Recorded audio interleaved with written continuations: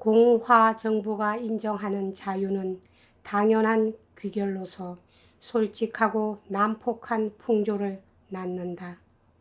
그리고 군주 제도의 풍습에 의해서도 아직껏 소멸되지 않는 마음먹은 대로 꾸밈없이 행동하는 습관, 그러한 것이 깡피레알리 영주가 최초에 취한 행동에 노골적으로 나타나 있다. 젊은 브란치 포르테가 빈번히 나타나는 것에 화를 낸 영주는 그날로 줄리오를 붙들어서 직접 그것을 나무랐다. 어째서 그렇게 자주 저택 앞을 서성거리는 거냐? 처녀방 창문을 뻔뻔스럽게 엿보다니 무슨 짓이냐? 대체 너는 버젓한 모양도 아니잖아. 이웃이나 근처에서 이상한 소문이 날 근심이 없다면 너에게 금화 선언잎이라도 주어서 로마에 가서 조금쯤 나은 옷을 사 입으라고 하고 싶군 그래. 그러면 적어도 나도 딸도 그렇게 자주 내 더러운 누더기 옷을 보지 않아도 될 테니까 말이다. 물론 엘레나의 아버지는 좀 과장하고 있었다. 젊은 브란치 포르테의 옷은 결코 누더기 옷은 아니었다. 그는 좋지 않은 감으로 만들어지기는 했으나 썩 깔끔한 데다가 먼지 하나 묻어있지 않았다. 다만 해입은 지 상당히 오래라는 것은 얼른 보아도 알 수 있었다. 줄리오는 영주 깡피레알리의 심한 욕지거리에 의기소침해져서 그 후부터는 낮에는 저택 앞에 모습을 나타내지 않게 되었다. 앞에서 말한 바와 같이 브란치 포르테의 아버지가 지어서 아들에게 남겨준 집이란 고대의 고가 수도의 잔해인 2개의 아치가 주된 벽을 이루고 있는 그런 집인데 그것은 알바노에서 불과 500~600보의 거리에 있었다. 이 언덕에서 3시가로 내려가자면 줄리오는 아무래도 깡피레알리 저택 앞을 지나지 않을 수가 없었다. 엘레나는 얼마 안 가서 이 괴상한 젊은이가 통 모습을 보이지 않게 된 것을 알아차렸다. 엘레나는 여자친구에게서 이 젊은이가 지금은 다른 여인들과의 관계를 일체 끊고 한결같이 엘레나의 모습을 바라보는 것으로 사는 보람을 발견하게 되었다는 말을 들었다. 어느 여름날 한밤중쯤 엘레나는 창문을 열어 젖히고 바다에서 불어오는 미풍을 쏘이고 있었다. 알바노와 바다 사이에는 30리에 걸치는 평야가 있지만 알바노의 언덕 위에서도 바닷바람은 충분히 느낄 수 있었다. 밤은 어둡고 고요해서 나뭇잎이 떨어지는 소리까지도 들리는 것 같았다. 아마 엘레나는 창가에 기대 서서 줄리오라도 생각하고 있었던 모양이리라. 바로 그때 무슨 밤새의 날개 같은 게 소리 없이 바로 창 앞을 스치고 지나갔다. 엘레나는 깜짝 놀라 뒤로 물러섰다. 어느 지나가는 사람이 내민 것인지도 모르겠다는 생각은 전혀 하지 못했다. 이 창문이 있는 3층은 지상에서 50척도 넘었기 때문이다. 주위는 고요한데 이 정체를 알 수 없는 물건은 엘레나가 기대고 있는 창문 바로 앞을 왔다 갔다 하고 있다.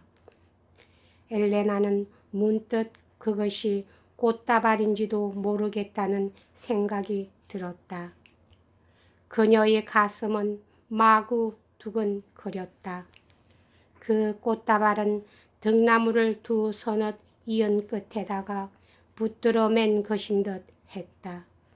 이 등나무란 것은 대나무와 흡사한 일종의 크다란 등심초인데 로마 평야에서 자라나며 줄기는 20-30척이나 된다. 등나무가 휘는 데다가 바닷바람이 꽤 세었기 때문에 줄리오로서는 엘레나가 있으리라고 짐작되는 방의 창문 한가운데에 그 꽃다발을 갖다 대어 놓기가 매우 힘들었다. 게다가 깜깜하기 때문에 그렇게 높은 곳은 한 길에서는 도무지 짐작도 할 수가 없었다. 창문 앞에 서 있는 엘레나의 가슴은 몹시 설레었다. 꽃다발을 받아야 하는 것일까? 그러면 마음을 빤히 들여다보이는 게 되지 않을까? 그런데 그녀는 이런 일에 있어서 오늘날 훌륭한 교육을 받아 인생에 대한 준비가 다 되어 있는 상류사회의 처녀들이 느낄 수 있는 그런 감정은 한 번도 경험한 일이 없었다. 아버지도 오빠인 파비오도 집에 있었기 때문에 우선 엘레나의 머릿속에 떠오른 생각은 조금이라도 소리를 내면 느닷없이 줄리오가 화승총 세례를 받게 된다는 것이었다. 이 젊은이가 그러한 위험에 직면하고 있다는 것을 생각하자 불쌍한 생각이 들었다.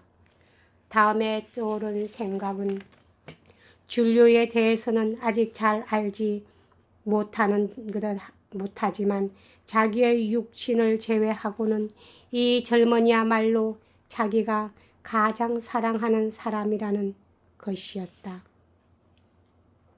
잠시 동안 망설이다가 결국 엘레나는 꽃다발을 잡았다. 어둠 속에서 꽃에 손을 댄 순간 꽃줄기에 편지가 달려있음을 느꼈다. 엘레나는 급한 걸음으로 큰 계단으로 가서 마돈나 상 앞에 밝혀진 희미한 등불의 편지를 읽어보았다. 처음 몇 줄을 읽어내리자 기쁨으로 뺨을 빨갛게 물들이면서 어머나, 나 좀 봐. 이런 경솔한 짓을 하다니. 다른 사람에게 들키면 끝장이야. 게다가 그분도 우리 집 사람들에게 얼마나 구박을 받을지 알 수 없잖아. 하고 중얼거렸다. 엘레나는 방으로 되돌아와서 불을 켰다. 이 순간 줄리오는 비할 데 없는 기쁨을 느꼈다. 자기의 행동을 부끄럽게 생각한 줄리오는 어둠 속에서도 더욱 몸을 숨기려는 듯 여전히 깡피엘랄리 저택 맞은편에 서 있는 묘하게 생긴 호랑이 가시나무의 굵은 밑동에 찰싹 몸을 붙이고 있었다. 줄리오는 편지에서 엘레나의 부친이 퍼부은 굴욕적인 욕지거리에 관한 것을 극히 솔직하게 전달한 뒤에 덧붙여서 이렇게 썼다. 확실히 저는 가난합니다. 얼마나 극단적인 가난뱅이 생활을 하고 있는지 당신에게는 상상도 안 되실 겁니다. 가진 것이라곤 지금 살고 있는 오막살이 뿐입니다.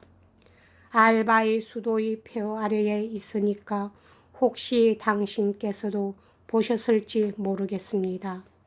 집 주위에는 제 손으로 직접 경작하고 그곳에서 생산되는 야채도 먹고 사는 밭이 있습니다. 그 밖에 포도밭이 하나, 이것은 1년에 30스쿠디의 소장료로 빌려주고 있습니다.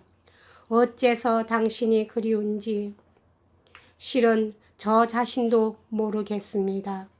물론 나로서는 당신에게 이 가난한 살림을 함께 해달라고는 도저히 말씀드릴 수 없습니다. 그러나 당신의 사랑을 얻을 수 없다면 저는 전혀 사는 보람을 잃는 게 됩니다.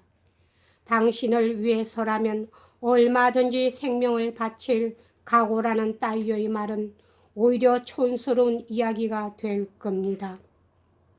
그러나 당신이 수도원에서 돌아오시기 전에는 저희 생활도 불행하지는 않았습니다.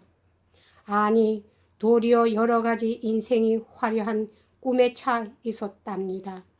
그러니 당신을 알게 된 행복이 저를 불행하게 했다고 할 수 있겠지요. 확실히 그 무렵에는 아버지께서 말씀하신 것 같은 모욕적인 말을 제게 할 수 있는 사람은 단 한 사람도 없었습니다. 저의 비수가 대번에 보복을 해 주었을 테니까요. 그 무렵에는 나만큼의 용기와 무기를 지니고 있으면 누구에게도 열등감을 느낄 일이 없다고 생각했습니다. 아무것도 제게 부족한 건 없었습니다.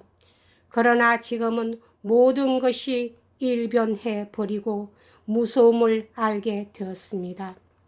이런 말은 필요 없겠죠. 어쩌면 당신은 저를 경멸하실지도 모르겠군요. 만약 그 반대로 비록 제가 비참한 모습을 하고 있지만 저를 조금이라도 동정해 주신다면 잘 살펴보아 주십시오. 매일 밤 언덕 위 카푸치노 수도원에서 한밤중에 종이 울릴 시간에 당신이 방 앞 커다란 호랑 가시나무 아래에 와서 몸을 숨기고 있겠습니다. 그 창문이 당신 방의 것이라고 생각하고 언제나 저는 바라보고 있겠습니다. 아버님처럼 저를 경멸하시지 않으신다면 이 꽃다발이 꽃 한 송이를 제게 던져 주십시오. 다만 댁의 처마나 발코니 같은 데에 떨어지지 않도록 조심해 주십시오. 엘레나는 이 편지를 몇 번이나 되읽어 보았다. 그 눈에는 차츰 눈물이 괴었다. 사랑이 담긴 눈길로 아름다운 꽃다발을 바라보고 있었다. 그 꽃들은 매우 튼튼한 명주실로 묶여 있었다. 꽃 한 송이를 뽑아내려고 했지만 잘 빠지지 않았다. 그러다가 이내 후회에 사로잡히고 말았다. 로마의 처녀들 사이에서는 사랑의 표시로 받은 꽃다발에서 꽃을 빼내면 또 설령 그것이 어떤 방법으로든 간에 함부로 다루거나 하면 그 사랑이 시들어 버릴 염려가 있다고 했기 때문이었다. 엘레나는 줄료가 초조해하고 있지는 않을까 하고 생각하고 얼른 창가로 달려갔다. 그러나 창가에 와서야 갑자기 자기의 모습을 너무나도 분명하게 보인성 싶었다. 남포불이 환하게 방을 비치고 있었던 것이다. 그녀는 과연 어떤 신호를 보내야 좋을지 어리둥절하고 말았다. 어떤 신호를 보내더라도 자기의 가슴속을 너무나도 환하게 드러내는 것 같은 마음이 들었던 것이다.